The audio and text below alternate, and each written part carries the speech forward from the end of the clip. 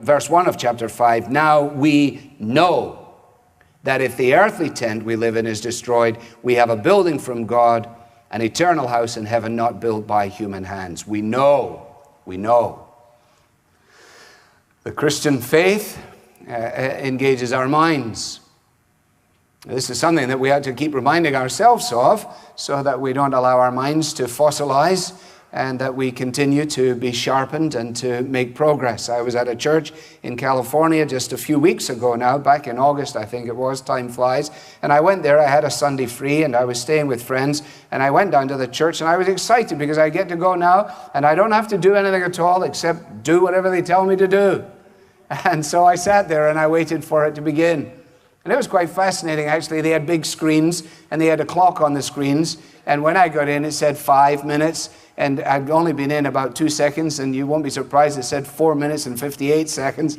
And then it counted down, and eventually when it counted down, 10, 9, 8, 7, 6, and just right on the moment of time, the band began, and I was waiting for David Letterman at that point. Anybody, I didn't know what was going to happen next. And then eventually the band did what it did, and then the person who was to lead the praise, his opening gambit was this.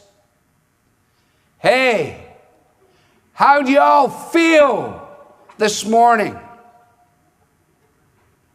Well, that was enough for me. I was ready. We could have had the benediction right there. That was so good. I thought, what kind of New Testament question is that? How do you all feel this morning? If I told you how I feel, especially in light of the last 5 minutes, you would question whether I was even a Christian at all. So don't ask me that question. Ask me what I know. Ask me what I know. Don't ask me what I feel about myself. Ask me what I know about God. Ask me what I know about His Word. Ask me what I know to be a verity that can deal with my soul. That's what I need. Don't make me sing songs about how I feel. Don't.